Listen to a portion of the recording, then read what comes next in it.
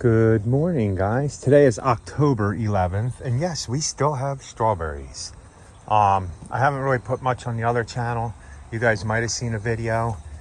I'm up here working on this. Let me show you up here. We're supposed to get a freeze next week, and I want to save some of these plants to grow.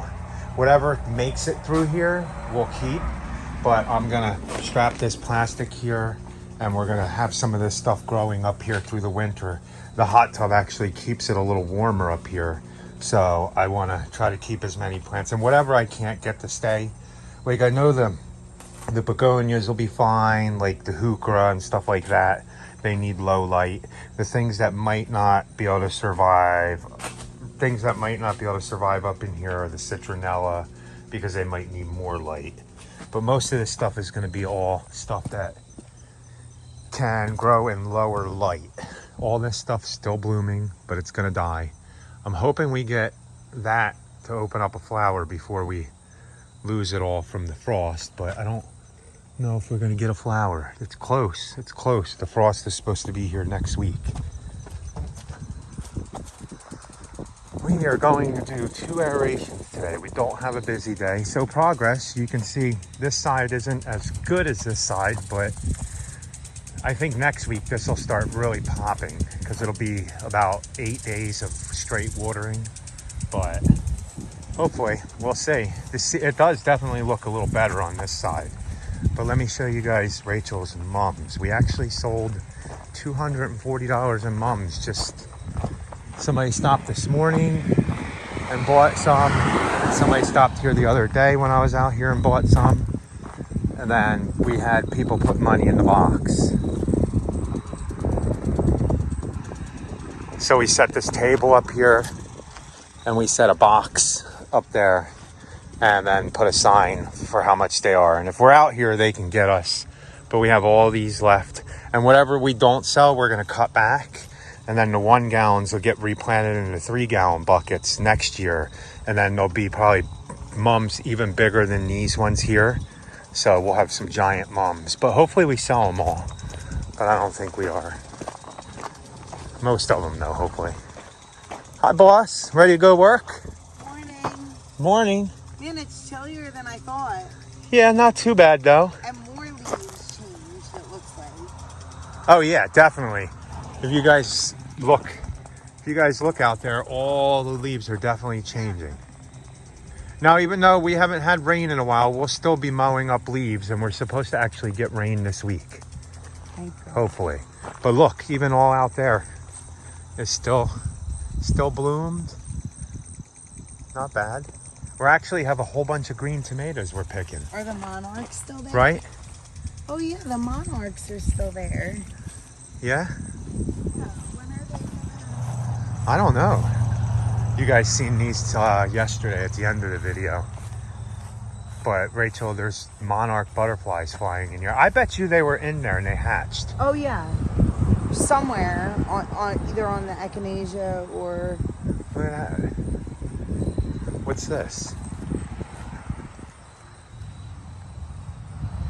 Is that a pumpkin or a squash? I don't know. I think it might be a squash. It's definitely not going to live. But look, we got tomatoes and stuff. And I didn't record any, but Wes and Mariah from Ratliff Lawn Care came here and bought some mums. And I gave them a bunch of green tomatoes and some peppers. Yeah. What is it? We're not even going to be able to tell. I mean, what it looks like it is probably a pumpkin. Oh, maybe. I don't know. See what grows up? Everything just grows up in this garden. It is funny. It is funny. So, and then all these Tithonias or Mexican sunflowers too. I don't know if I'm saying... They won't reseed here because, well, they will. Yeah, they will. They will, but there's plastic down. But they'll still grow. Yeah. I mean, look at I think them. that they're almost considered They're in invasive. 1 gallon pots. I don't care though. They're so pretty. So this is kind of a walk through the garden before we go do them 2 aerations. And then if Through you guys... the dead garden, I guess. Yeah, and you guys would have seen this on the other channel by the time you see this one. But these are the pumpkins. Go stand by that pumpkin. I know. Right, you guys? Look how big this pumpkin is. Oh. We don't have a scale to be able to weigh it, but... So I'm 5'1.5", 5'2", right? And what it's up to my kneecap, right? Yeah.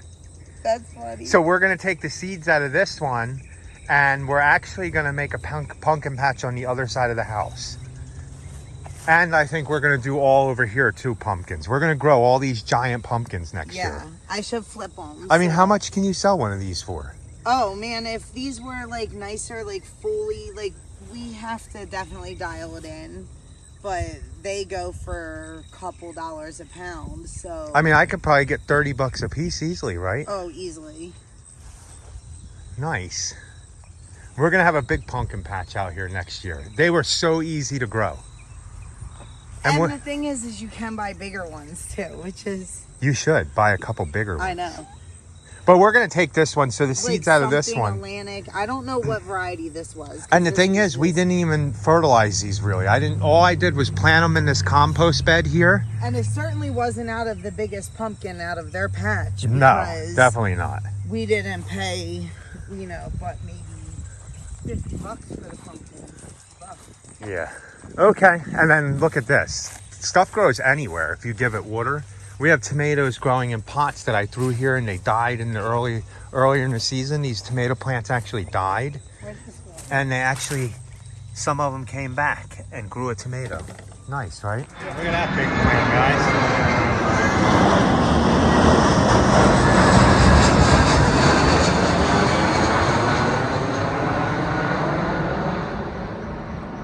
Pretty neat. They're going to land at the airport right beyond them trees. Asheville's the third largest airport in North Carolina, right? What? Asheville's the third largest airport in North Carolina now? Yeah. Look at all the, let me get up here. Snow out there. Look how pretty the fall foliage is. Nice. So this is the next one we're aerating. This is one of 4 we have left to do. And then Rachel said we got a phone call for somebody else that might want it done. So I'm gonna get this aerator off. Rachel's gonna start aerating this yard. She's pulling, can we give some weed advice that we know what's what? So. Did you find any spurge? Okay, so I found buttonwood. Buttonwood is like one of your most important weeds that you wanna get out because any little bit actually will go ahead and reseed itself. And they get little flowers on it. Yeah, so that's buttonwood. So buttonwood, see how it like even mats, and it's one of those bad ones. Yeah, look. And what else is the other one? Spurge, right? She's got a lot of like crabgrass. Here's more buttonwood. See how it gets down in there. And every time you mow this, any little piece. I mean, obviously, if you have pre-emergent, but we don't have pre-emergent on the lawn at this point. No. Because we're getting ready to seed. Let's see. Can I find some spurge? Right here, right? Oh, so yeah. See how this is, you guys? There's a couple different kinds. Yeah. There's always different varieties of the weeds also. But you can see how that mats also. And there's one that actually is called a mounding or a matting one. Yeah. And it grows tightly together. Yeah. Like this, really, but tightly together, and really does some really work on the lawn. But so then you see, like, you have this big area, right? And look, that's bigger than a fist, so that's not going to fill in. I mean, this little tiny one would probably take up a little bit, but... Yeah. So, and then she has... Yeah, here's more... Yeah, look, watch. See this area right here?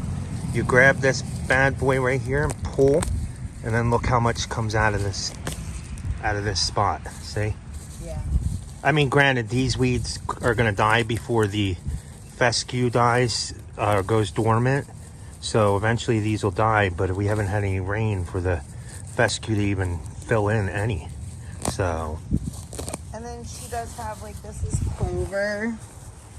Clover is also one of those spreading weeds too. That has rhizomes underground. Here's some quackgrass or crabgrass, whatever. But this lawn was much worse. 90% of it was this stuff here. So like, see, this is a crabgrass or a quackgrass of some sort. Like any of the grass you see in here was not here last year. No, it certainly wasn't. but we're gonna get this done.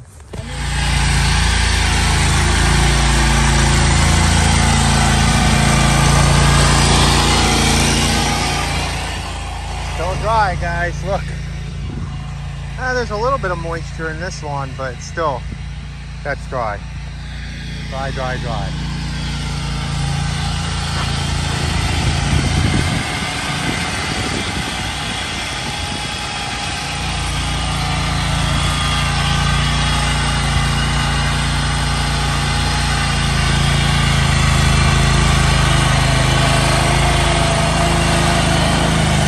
Only 3 more. Look at all the dust coming out the bottom of that. Wow. Wow.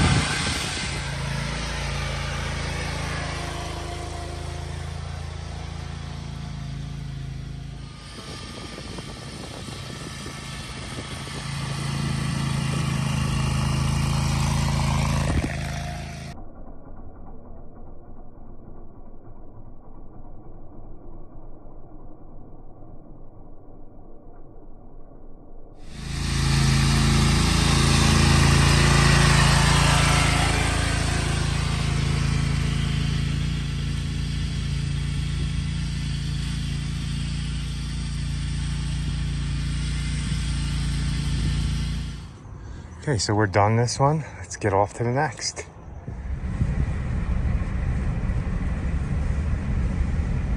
You guys want to get some cool colors? Oh yeah. That's what I said. Should have done it over the river yesterday. It really is kind of amazing how it just like happens overnight. Yeah, it does. Everything changes. Still, the leaves haven't really heavily fallen yet. No, they haven't, but one storm. Which we're supposed to get a pretty decent storm this weekend, so we'll see how many trees come down. Or this week, tomorrow night, I think. Tomorrow night, yeah.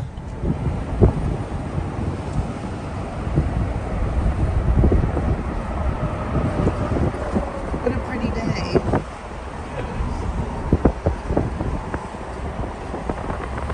French Broad River. Would you guys go tubing in that now? If anybody knows what's on the bridge too, I think it's like some type of weather station or something. But let us know if you know what it is. Look at all the colors. See, there's the reds that I like. So what are those? Maples, I think? Yeah. The dogwood. Some of the dogwoods are getting pretty red like that too. Like, yeah, that's a dogwood. I don't know what that is. Do you guys know what that one is? Dirty will know what they are for sure. Okay, off to the next one.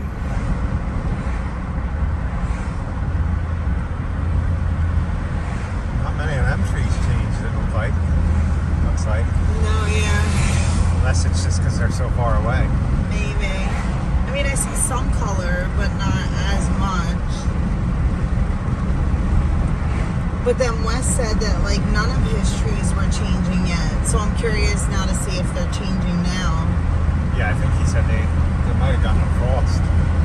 Oh, okay. So yeah, his probably changed overnight too.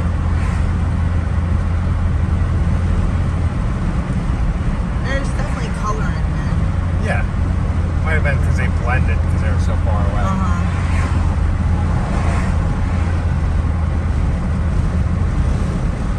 So that's when I want to come, around there. What time is it till? 4, right? I want to come before that. Yeah, we don't have anybody in the best dog tricks, so. No? I think she wanted dog and owner look-alike. I don't know who she thinks. Well, I can dye my hair rainbow. And look like Mel. And look like Mel. Would be funny. I was trying to find like matching like jammies for Paige and Jovi or something.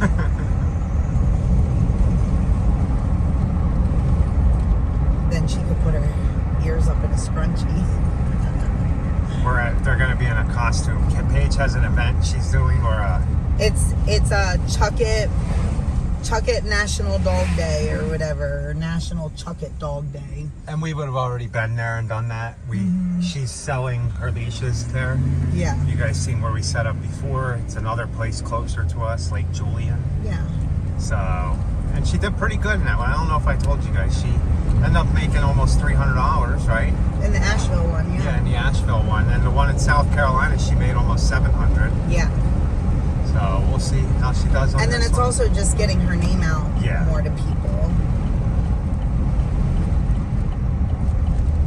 So here's our last one for today. Are we going to mow the one or? Maybe not, because we haven't gotten any rain.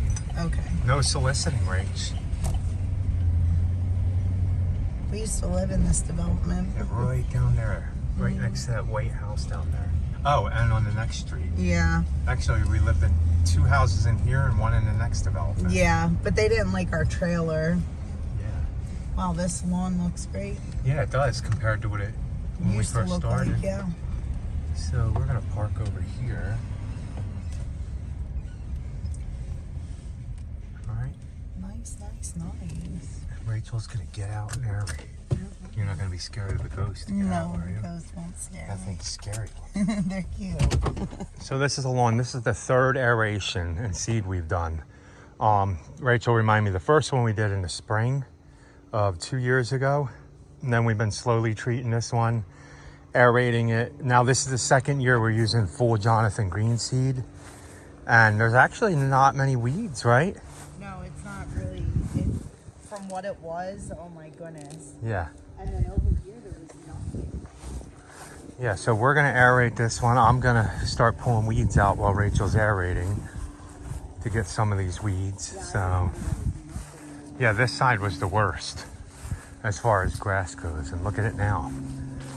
Oh man, this is nice, And right? you can still see like the tenacity is still working on some of this stuff. And a lot of these weeds too will die before the fescue goes dormant.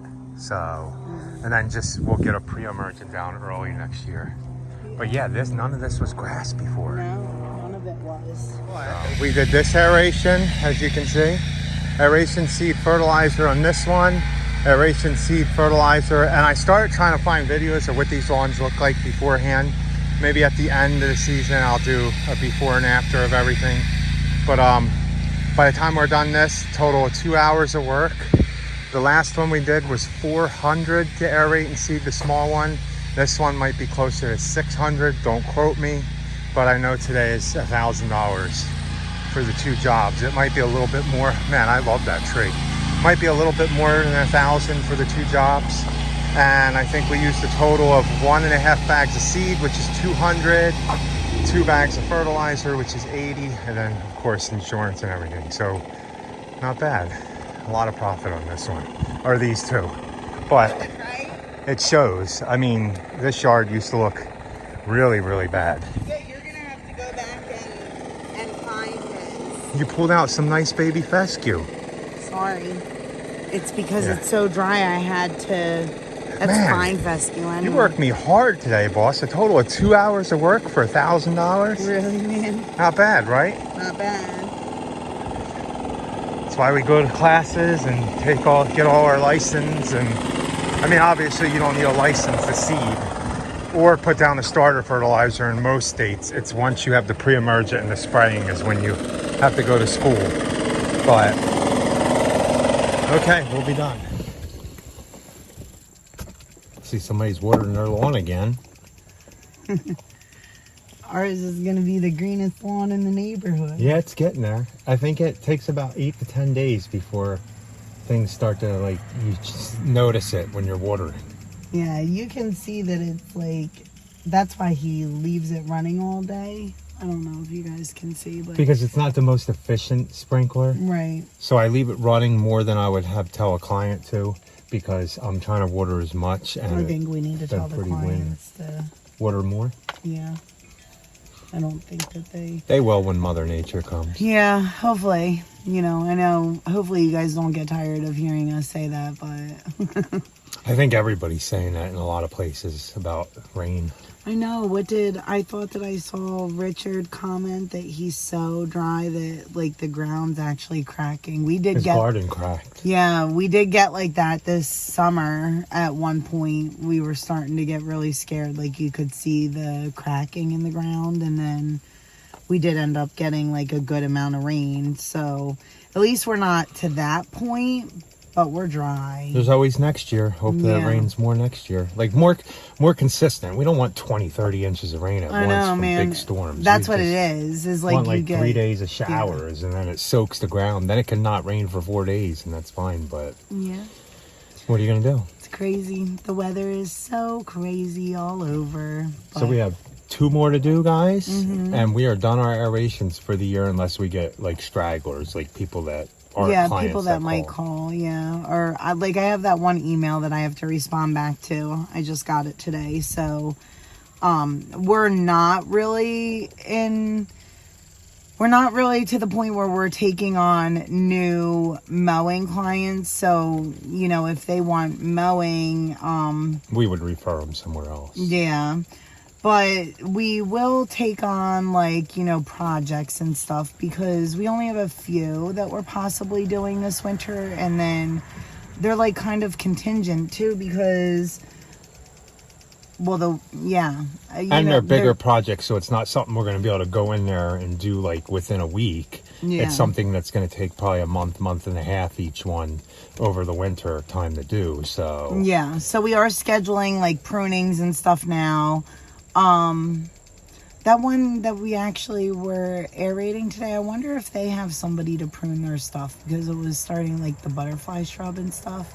So maybe we could even, you should notice when you go to clients' yards. Yeah, if stuff needs to be pruned, not only is it beneficial to prune the stuff back when it's supposed to be pruned back, so it's not overgrown and then you're hacking a lot off. It's also brings you in extra income if you guys are going into the winter, because everybody in lawn care slows down going into the winter. You can't continue working 10 hours a day all through the winter. I mean, you can if you have plowing and stuff like that, but that's based on weather too. If you don't get no snow and you counted on getting through winter with plowing and you get no snow, that could hurt a lot of guys really bad. And just remember with pruning, just do your research. Don't just go in there and just hack it with down. a hedge trimmer like I used to do when I first started. I mean, do your research on the plant. Find out what type of plant it is. When it flowers. When it's supposed to be pruned, because you shouldn't be pruning your rhododendrons or any azaleas right now. The only azaleas you should be pruning is if it's really leggy and you're nipping a couple off. If you go in here right now, going into fall, when you prune a lot of other stuff and cut back, and you hack your azaleas and your rhododendrons down, you will not get flowers next year. And then you'll be questioning why there's no flowers. Why the year before you had this awesome azalea that was full of flowers, and then the next season you don't have So. And then also, vice versa. There's just some stuff that likes to have its dead growth on it until tulips. Until the spring. Tulips, your big old, what were those? Gladiolus. Gladiolus. They like to feed off of the energy. What else? I mean, that stuff will start dying down, but and then once it's dead, you can get the debris off of it. But the mums, also the mums, another tip, a lot of people clean them up before the winter, but I've actually read in several different areas that if you are in a colder area, like zone, 7, 6 even, where they come back as perennials, it's better to leave the growth, right? It said that the roots will... And check your mums, guys, because a lot of people don't realize that these things come back the following year. And they just throw the whole bucket and the mum away when it dies and dies back. You can actually plant that in the ground and keep it, or store it in a cool, dry place and keep it over winter if you want to. Just as long as the roots don't freeze, then you should be fine. So, mulch over it or something. We'll show it if you watch in the video. We'll probably put it on the other channel, and I'll put a little bit on this channel, because I don't think we're going to sell all the mums, and then we have a whole bunch we're going to put in mulch piles and just keep them over the winter and make them bigger next year. Yeah, and then you guys will see, like, you know, there will be a couple times next year where I cut them back. So we'll cut them back early spring, and then we'll cut them back again, like probably the end of June. And then from that point, middle to end of June, depending on what the weather is. And then from that point, we'll just let them go. So they will be really big mums come fall. But yeah, a lot of research. Just always educate yourself. That's our biggest thing. And you can make money on selling it. I mean, we only paid $2 something for all the mums, I think, and we've already made over $5 from it. So doubled our money. Yeah, so it was good decision to do the mums. So. And we have beautiful flowers. I would like to do Christmas trees, but that's gonna have to wait until we have our own property. Yes, so. We'll buy some at first, and then it takes years when you start them. My grandfather had a Christmas tree farm. So yeah. Okay, guys. So thanks for watching. Please like, comment, share, and subscribe. And be happy. Or at least try. Yeah. Have a good one. Have a good one.